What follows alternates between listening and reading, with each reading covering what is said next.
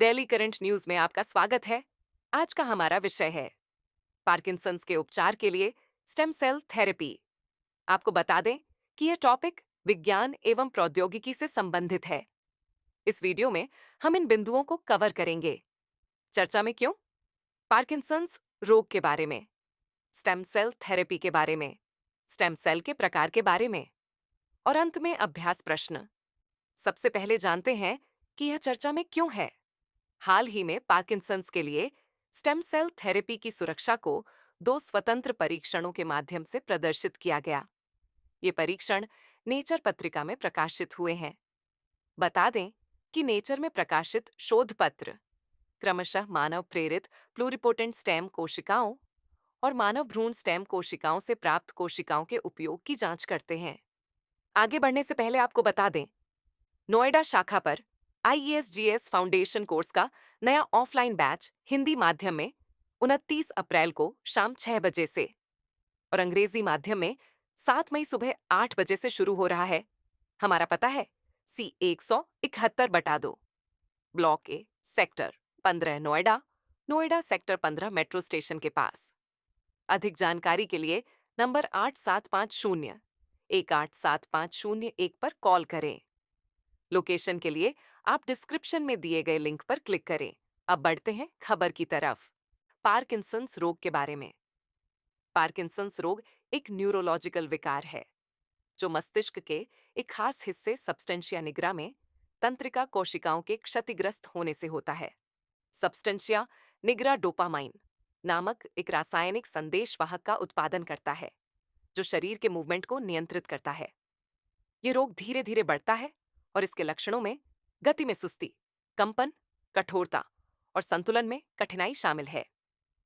Parkinson's रोग में dopamine की कमी से गति में सुस्ती, कंपन और कठोरता जैसे लक्षण दिखाई देते हैं।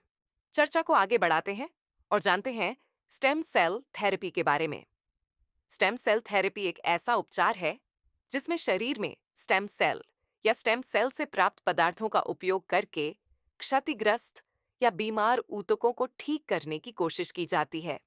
इसे रीजनरेटिव मेडिसिन भी कहा जाता है क्योंकि इसमें शरीर की प्राकृतिक उपचार क्षमताओं का उपयोग करके ऊतकों को फिर से बनाने की कोशिश की जाती है। आइए अब स्टेम सेल के प्रकार के बारे में जानते हैं।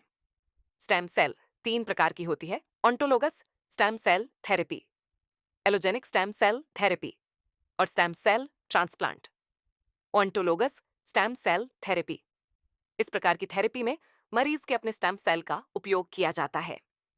एलोजेनिक स्टेम सेल थेरेपी, इस प्रकार की थेरेपी में डोनर के स्टेम सेल का उपयोग किया जाता है। स्टेम सेल ट्रांसप्लांट, इस प्रकार की थेरेपी का उपयोग रक्त से संबंधित बीमारियों और अस्थि मज्जा विफलता के उपचार के लिए किया जाता है। चलिए अब अंत में देखते हैं आज के अभ्यास प्रश्न को। निम्नलिखित कथनों पर विचार कीजिए। 1. ऑन्टोलोगस स्टेम सेल थेरेपी में मरीज के अपने स्टेम सेल का उपयोग किया जाता है। 2. एलोजेनिक स्टेम सेल थेरेपी में डोनर से स्टेम सेल का उपयोग किया जाता है। उपर्युक्त में से कौन सा या कौन से कथन सही है अथवा सही है? विकल्प ए केवल 1, विकल्प बी केवल 2, विकल्प सी 1 और 2 दोनों, विकल्प डी न तो 1 न ही 2। इस प्रश्न का उत्तर कमेंट बॉक्स में जरूर दें। धन्यवाद। डियर व्यूअर्स, अपने एग्जाम की तैयारी को और बेहतर करने के लिए हमारे चैनल को लाइक, शेयर और सब्सक्राइब करना न भूलें।